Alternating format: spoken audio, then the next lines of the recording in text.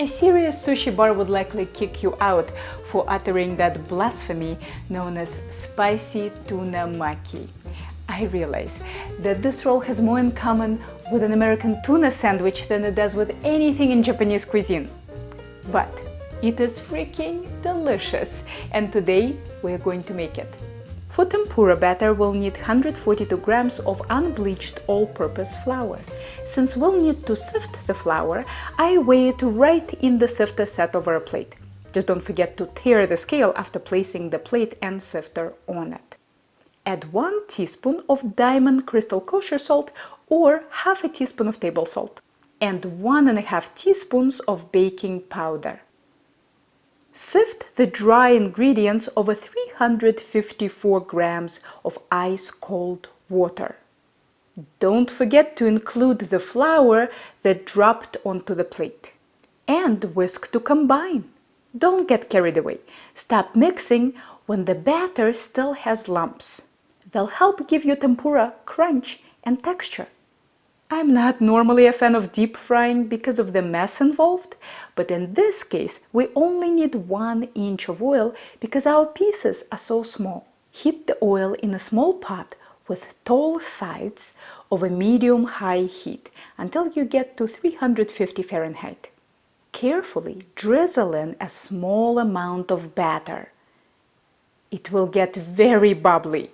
That's why you don't want to use a skillet for this. The sides wouldn't be tall enough. Cook the batter until the noise subsides. This means all the water has evaporated and the batter is crispy. It only takes a minute or so to get the dough to this done stage, so be vigilant. Remove it to a paper towel using a slotted spoon, making sure not to leave any batter in the oil. If you end up with a big piece, flip it over to make sure it's cooked evenly on both sides. When you fished all the pieces out, you can fry more batter. For our creamy tuna mixture, we'll need the white and pale green part of a couple of scallions. Let's cut them in half lengthwise. Then in half again. And cut crosswise into tiny pieces. Let's cut tuna lengthwise into 1/4 inch thick pieces. Then cut the flat pieces into strips and cut them crosswise into 1/4 inch dice. Make sure to glide the knife through the fish. Don't just press down or you'll get stuck on connective tissue.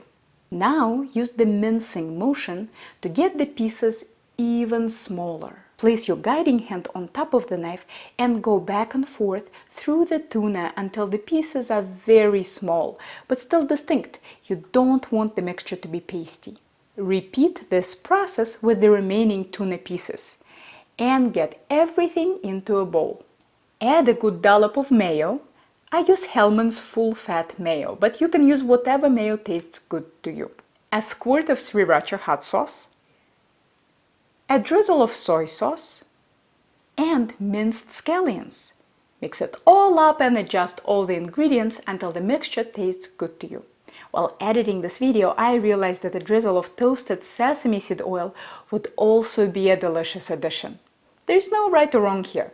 One person might like it creamier, another spicier.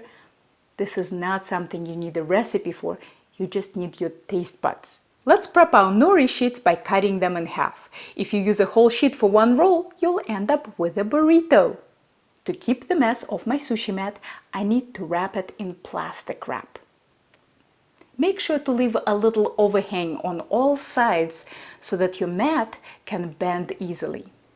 Note that one side of nori is more shiny than the other.